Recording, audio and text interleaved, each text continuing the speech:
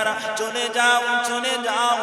আল্লাহ আমার বান্দারা, আমার নবীর আশিকিরা, আমার নবীর পাগলেরা, মহব্বতী উম্মতেরা জান্নাতের বাগানে অবস্থান করেছেন। তোমরা সেখানে গিয়ে গায়ে গা মিশিয়ে কাঁধে কাঁধ মিশিয়ে নূরের ডানা বিছিয়ে দাও। আমি আল্লাহ ভালোবেসে মুহাম্মদ নূরে তাদের জীবন জিন্দেগির চলতে ফিরতে উঠতে বসতে ছোট ছোট গুনাহগুলো ওখানে বসা কাদিনে আমি আল্লাহ তাদেরকে মাফ করে দিলাম।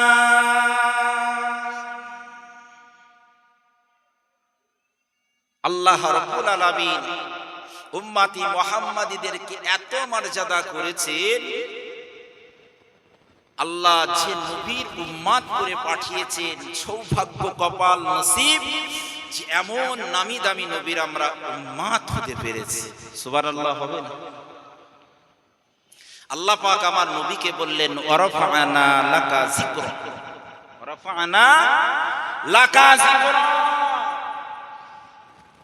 আল্লাহ পাক আমাকে আপনাকে অধিক মর্যাদা আমার রাসূলকে দিয়েছিলেন, সেই নবীর নামি দামি নবীর উম্মত। জোরে বলুন না সুবহানাল্লাহ।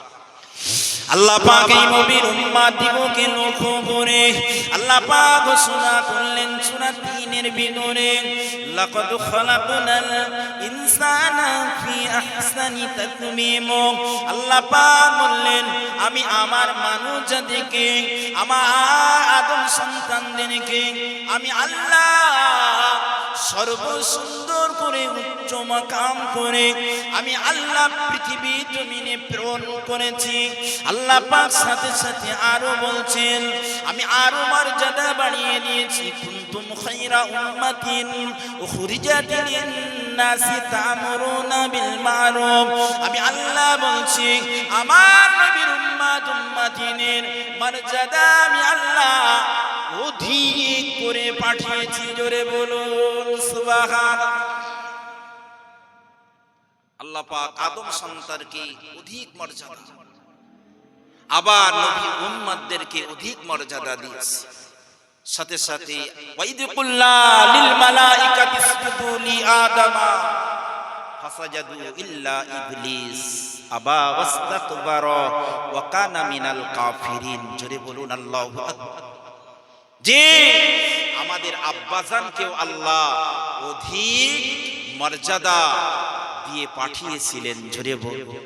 ফেরেশতারা সিজদা করলেন, আল্লাহ পাক আমার নবী আদম আলাইহিস সালাম আমাদের আব্বাজানকে মর্যাদা বাড়িয়ে দিয়েছিলেন। জোরে বলুন। যে মর্যাদা বাড়ানোর মালিক কে? আমাদের মর্যাদা বাড়ানোর মালিক কে? আর মর্যাদা নিচিয়ে কমিয়ে দেওয়ার মালিক কে? সেই আল্লাহ। পৃথিবীতে ইন্নাল্লাহ আলা কুল্লি শাইইন কদির, সমস্ত শক্তির মালিক আমার আল্লাহ। দাম বেশি একটা নুপুরে, কিন্তু ওর স্থান পাই। একটা নুপুরের দাম অনেক বেশি স্থান পায়, আর একটা টিপির দাম অনেক কম, তার মর্যাদা কপাল। কথাটা ঠিক না ভুল? আল্লাহ পাক এই ছাঁটাই করে বাছাই করে প্রত্যেক নবী ও রাসূলদের উম্মত অপেক্ষা আল্লাহ আমাদের দামি করেছেন। জোরে বলুন সুবহানাল্লাহ। যে আল্লাহ এত দামি করেছে যে এই উম্মতি মুহাম্মাদীদেরকে আল্লাহ আগে সর্বপ্রথম জান্নাতে ভ্রমণ করাবেন। জোরে বলুন সুবহানাল্লাহ। আমাদের তো এখন অভাব নেই, অনটন নেই, কষ্ট নেই, দুঃখ নেই, জ্বালা নেই, যন্ত্রণা নেই, বেদনা নেই। কিন্তু আপনি লক্ষ্য করে দেখেন যারা ইসলাম প্রচার করেছে, আমার নবী পাকের সেই নক্ষত্র তারকা সাহাবীগুণ কতটা কষ্ট করেছেন ভাবে, কতটা কষ্ট করেছে আপনি একবার ভেবে দেখেন। মুসলিম জাহানের দ্বিতীয় খলিফা হযরত ওমর ফারুক রাদিয়াল্লাহু তাআলা আনহু, তিনি কি নরম ধাঁচের সাহাবী ছিলেন না কঠিন ছিলেন? খুব কঠিন হৃদয়ের সাহাবী ছিলেন, খুব কঠিন। হযরত ওমর ফারুক রাদিয়াল্লাহু তাআলা আনহু হুজুর আমার একটা মেয়ে সরানি বকরি চারানো একটা মানুষকে ডেকে বললেন, এ আল্লাহ বান্দা, পরীক্ষা করবার জন্য বলেছিলেন, আল্লাহর বান্দা তুমি যে ছাগলগুলো চড়াও, যে ডুম্বাগুলো চড়াও, যে ছাগলের বকরিগুলো চড়াও, তোমার মালিক তোমার কাছে হেনস্থ করেছেন, দিয়ে দিয়েছেন। ওই বকরি থেকে একটা বকরি আমার কাছে বিক্রয় করে দাও। আমি ওই বকরিটা বিক্রয় যদি তুমি করে দাও, তাহলে ওই বকরিটা আমরা খাবো। এ ছাগলের কর্মচারী, ছাগল চড়ানো মানুষ, আল্লাহর বান্দা, ওই বকরিটা তুমি যদি বিক্রি করে দাও, এতগুলো বকরির ভিতরে তোমার মালিক তোমাকে জানতে পারবে না, বুঝতে পারবে না। এ আল্লাহর বান্দা, তুমি একটা বকরি বিক্রি করে দাও, তা থেকে তুমি কিছু মুনাফা পেয়ে যাবে। ভালো করে শুনবে, একটা বকরি বিক্রি করে দাও, অনেক বকরির ভিতর থেকে একটা বকরি যদি তুমি বিক্রি করে দাও, তোমার মালিক ধরতে পারবে না। পারবে কি? ধরতে পারবে না। একটা বিক্রি। ওই যুবকটা বলেছিলেন যে আল্লাহর বান্দা, আমার মালিক হয়তো আমাকে বুঝতে পারবে না, জানতে পারবে না, কিন্তু আমার আল্লাহ বলেছেন, আলাম ইয়ালাম বিআন্নাল্লাহা ইয়ারা, আমার আল্লাহ সব কিছু দেখতে পান। কথাটা ঠিক না ভুল? আল্লাহ আলাম ইয়ালাম বিআন্নাল্লাহা ইয়ারা, সব কিছু দেখতে পান। আমি বকরি বিক্রি করে দেব, কেউ না দেখলেও আল্লাহ দেখতে পাবে। জোরে বলুন সুবহানাল্লাহ। একটু জোর করে হবে না সুবহানাল্লাহ?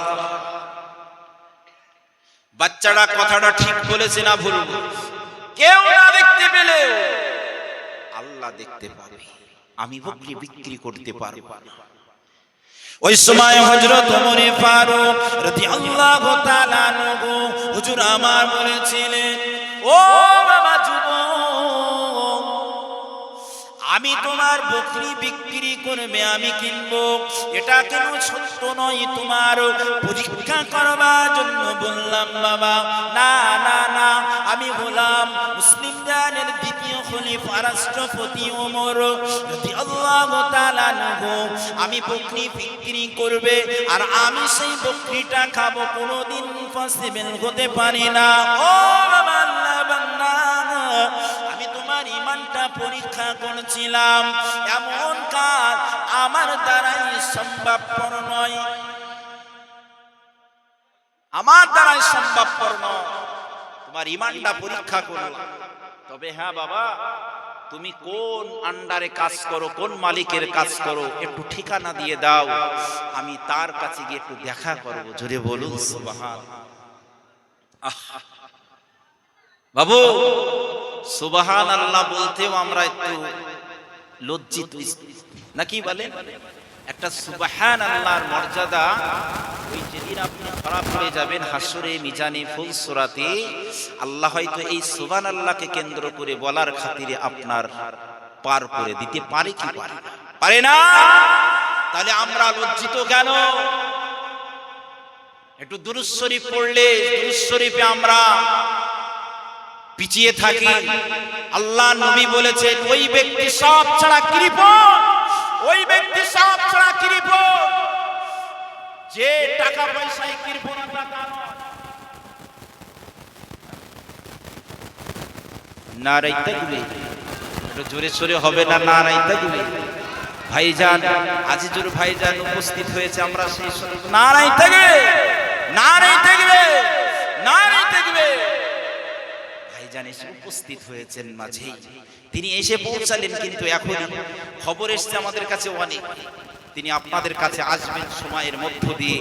আল্লাহ পাক ততক্ষণ আমাদের সবরে জামিল নসিব করে এখানে বসার তৌফিক দান করুক, বলি আল্লাহুম্মা আমিন। ভাইরা বাবাজিরা, বিশ্বনবী সাল্লাল্লাহু আলাইহি ওয়াসাল্লাম বলেছেন, দুনিয়ায় কে খেতে দিল ও কৃপণ নয়, টাকা দিল কাকে দিল না ও কৃপণ নয়, যে পড়তে দিল না কি না দিল এরাও কৃপণ নয়। আল্লাহ রাসূল বলেছেন ওই ব্যক্তি কৃপণ যে দুরূদ শরীফ পড়তে তার লজ্জিত বোধ হয়, পড়ে না, সেই ব্যক্তি দুনিয়াতে সব ছাড়া বেশি কৃপণ।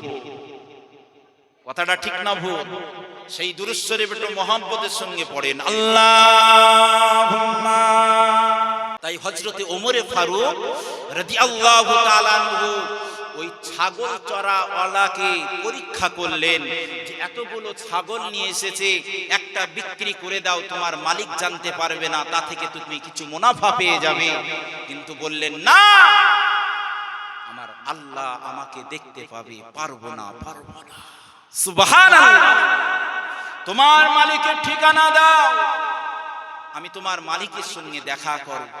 ওয়াজ মনে আছে বাবু? মনে আছে? তোমার মালিকের ঠিকানা দাও, আমি দেখা করব। আল্লাহ পাকের নবী সাহাবী মুসলিমানের দ্বিতীয় খলিফা হযরত ওমর ফারুক রাদিয়াল্লাহু তাআলা আনহু, হুজুর আমার, এবারে ওই ঠিকানা নিয়ে ওই এমনি করে ছাগল চরানোর ওই মালিকের কাছে উপস্থিত হয়ে গেলেন। ও আল্লাহ পাকের বান্দা, তোমার ছাগল চড়াই যে ব্যক্তিটা, ওই ব্যক্তিকে আমি কিনতে এসেছি, কত টাকা নেবে? ওই বিনিময়ে তোমার ছাগল চড়ানো এই মানুষটাকে আমার কাছে বিক্রি করে দেবে, বলো। আল্লাহ বলেছিলেন ও রাষ্ট্রপতি হযরত ওমর রাদিয়াল্লাহু তাআলা আনহু, হুজুর আমার, কোন দাম দরে আমি বিক্রি করব না। কারণটা হলো আমার ওই কর্মচারী গোলামটা বড় বিশ্বাসী হিসাবে আমার নিয়োগ করেছেন। ও নবী পাক সাহাবী, আমার গোলামকে আমি বিক্রি করতে পারবো না। আল্লাহ পাকের নবী সাহাবী হযরত ওমর ফারুক রাদিয়াল্লাহু তাআলা আনহু, হুজুর আমার, বলেছিলেন ও আল্লাহ পাকের বান্দা, না না না, ওই গোলামটাকে বিক্রি করতে হবে, আমি তাকে কিনবো, আমি তাকে আজাদ করে দেব। আল্লাহ পাকের নবী সাহাবী হযরত ওমর ফারুক অনেক কথা কথনের মধ্য দিয়ে 300 দিরহামে ওই গোলামটাকে খলিফাতুল মুসলিমিন ওমর আযম কিনে নিলেন। আল্লাহর বান্দা ওই গোলামকে কিনে এনে আল্লাহ পাকের নবী সাহাবী মুসলিমদের দ্বিতীয় খলিফা রাষ্ট্রপতি ওমর রাদিয়াল্লাহু তাআলা আনহু, হুজুর আমার, বলেছিলেন ও আল্লাহ পাকের বান্দা, আমি তোমাকে কোনো কাজ করবার জন্য কিনি না, তোমাকে কোনো কাজে লাগানোর জন্য কিনি না, তোমাকে আমি কিনেছি এই কারণে আশা দেওয়ার জন্য। ও আল্লাহ বান্দা, যে মানুষটার আল্লাহর ভয়, আল্লাহর ভালোবাসা, আল্লাহর মহব্বত, আল্লাহর ভয় অন্তরে আছে, আমার উদ্দেশ্য হলো তোমাকে আমি খালি মরুভূমিতে আল্লাহর আসমানের নিচে তোমাকে আমি ছেড়ে দিলাম, তুমি যাও, চলে যাও, আল্লাহর ইবাদত উপাসনা করে আল্লাহ জান্নাত হাসিল করে না।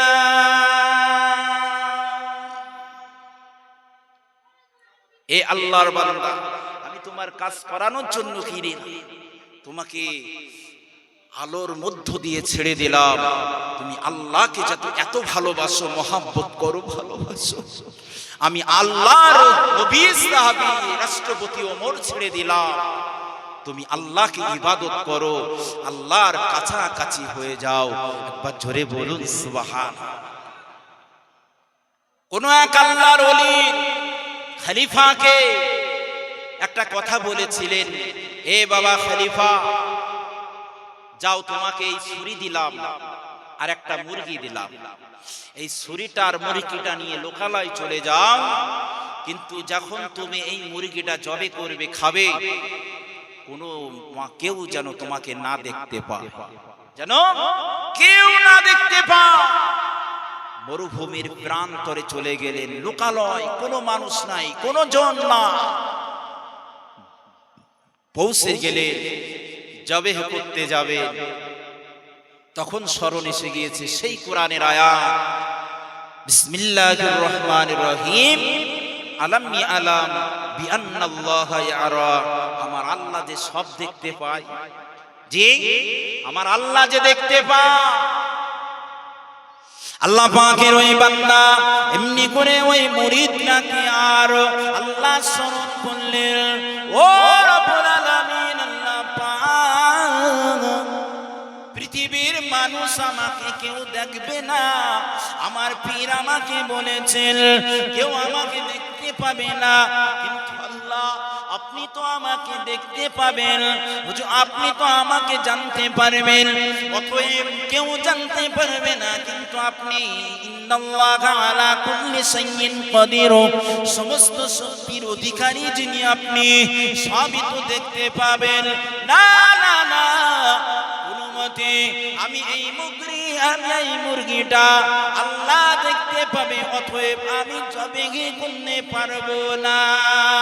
মুরিদরা ফিরে আসলেন, ফিরে আসার সঙ্গে সঙ্গে আল্লাহর ওলিটা বলেছিলেন, ও আমার ছেলে, তোমাকে কিচ্ছু বলতে হবে না বাবা, তোমার বিষয়বস্তু সবই আমি জেনে গিয়েছি, তোমার অন্তরে যেত এত আল্লাহর ভয়, এতটা জ্ঞান, এতটা মর্যাদা, আল্লাহ দেখতে পাবে না, জবেহ করব না, তোমার ভিতরে এতটা খোদা ভীরু, আল্লাহ ভীরু রয়েছে, যাও চলে যাও, আল্লাহ যেন তোমার উচ্চ মাকাম নসিব করে দেয়।